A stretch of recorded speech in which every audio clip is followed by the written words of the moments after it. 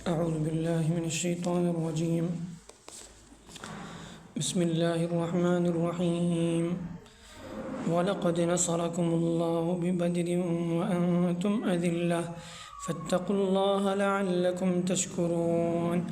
إذ تقول للمؤمنين ألن يكفيكم أن يمدكم ربكم بثلاثة آلاف من الملائكة منزلين بلى إن تصبروا وتتقوا ويأتوكم من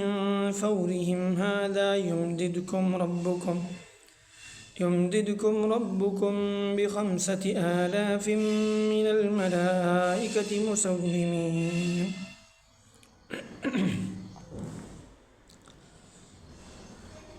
اللہ تعالیٰ کا ارشاد ہے، بے شک ہم نے تمہاری بدر میں بھی مدد کی حالانکہ تم کمزور تھے۔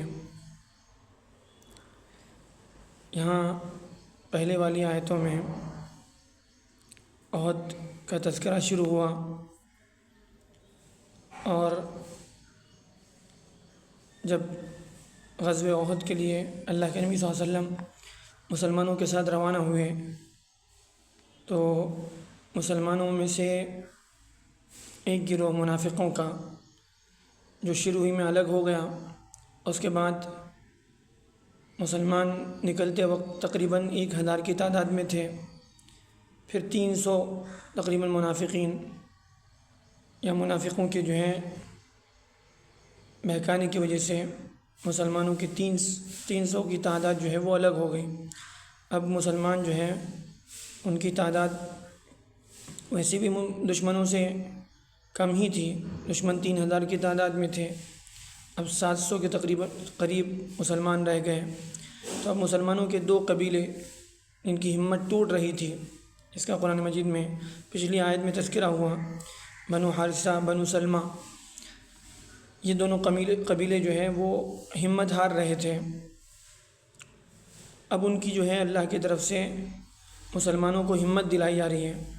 اللہ تعالیٰ جو ہے بدر کی مدد کو یاد دلا ہے کہ بے شک اللہ تعالیٰ نے تمہاری بدر میں مدد کی تھی، وہاں بھی تمہاری تعداد کم تھی، تم کمزور تھے، تمہارے پاس اسباب کم تھے، لیکن اللہ نے تمہاری مدد کی، لہذا اللہ سے ڈرو، یعنی تم اللہ پر بھروسہ رکھو اور آگے بڑھو، لعلکم تشکرون۔ اب اللہ کے شکر کا تقاضا یہ ہے کہ بدر میں اللہ نے تمہاری مدد کی، اب اس شکر کے تقاضے کے مطابق تم آگے بڑھو۔ یہ مت دیکھو کہ تمہاری تعداد کم ہے، تمہارے پاس اسباب کم ہیں، نہیں، تم جو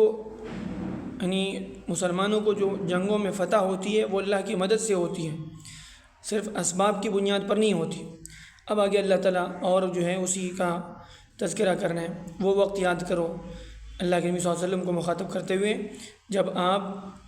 مومنوں سے کہہ رہے تھے کیا تمہارے لیے یہ کافی نہیں ہے کہ اللہ تمہاری جو ہے 3000 فرشتوں کے ذریعے سے مدد کر دیں، 3000 فرشتوں کو اللہ تعالیٰ تمہاری مدد کے لیے اتار دیں، یہ تمہارے لیے کافی نہیں ہے؟ یعنی تم کیا سوچتے ہو کہ تمہاری تعداد جو ہے وہ 700 ہے یا 1000 ہے اور وہ تمہارے مقابلے میں دشمن 3000 کی تعداد میں ہے، تو اللہ تمہارے لیے 3000 فرشتوں کا لشکر اتار سکتا ہے، کیا یہ تمہارے لیے کافی نہیں ہے؟ اب آگے اللہ تعالیٰ کریں نہیں، 3000 1000 کی بات نہیں، بلکہ اللہ تمہارے لیے 5000 کا لشکر، فرشتوں کا لشکر اتار سکتا ہے۔ اگر تم واقعی جو ہے صبر سے کام لو، جم جاؤ، ہمت مت ہارو اور اللہ سے ڈرتے ہوئے جو ہے اگر تم مقابلہ کرو گے تو اللہ تمہارے لیے 3000 نہیں بلکہ 5000 کا لشکر اتارے گا فرشتوں کا تمہاری مدد کے لیے، اور وہ بالکل جو ہے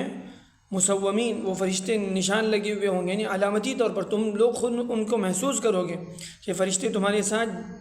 یعنی میدان جنگ میں تمہارے ساتھ لڑ رہے ہیں۔ اور یہ ہوا بھی، غزوہ بدر میں بھی ہوا، احد میں بھی ہوا، بعض روایتوں کے مطابق احد میں بھی جو ہے بعض صحابہ نے اس بات کو محسوس کیا کہ وہ ان کے ساتھ جو ہے فرشتے لڑ رہے ہیں،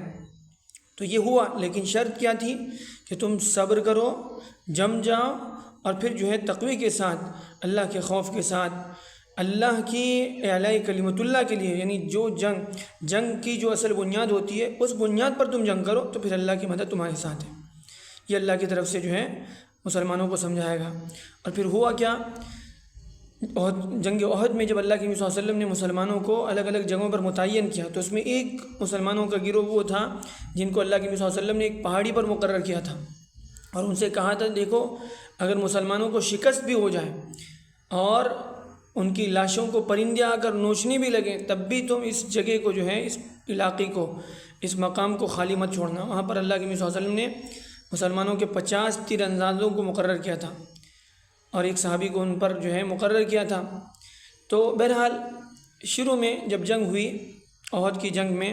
ابتدا میں جو ہے مسلمانوں کو فتح حاصل ہوئی اور کافر جو ہے پیٹ پھیر کر بھاگنے لگے، تو اور جو ہے غنیمت کا مال جو ہے وہ جمع کرنے میں لگ گئے ابتدا میں۔ جو دوسری طرف صحابہ تھے،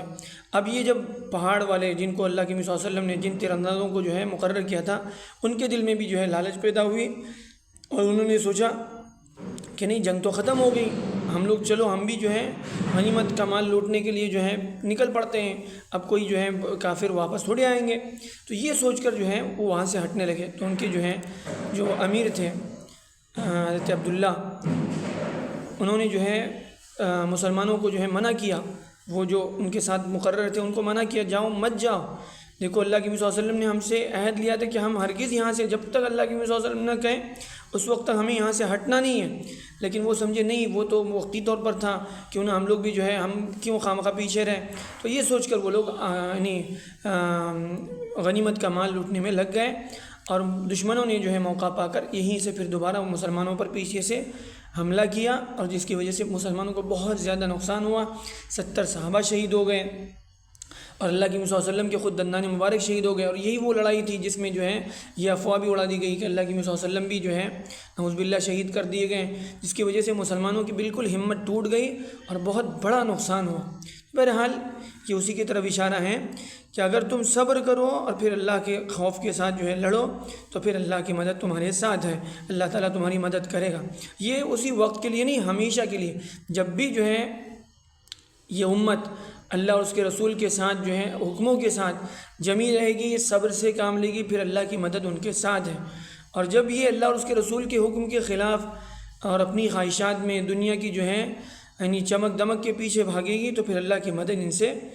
ہٹ جائے گی۔ اللہ تعالیٰ بہرحال ہمیں نعمتوں سے صحیح سبق لینے والا بنائے۔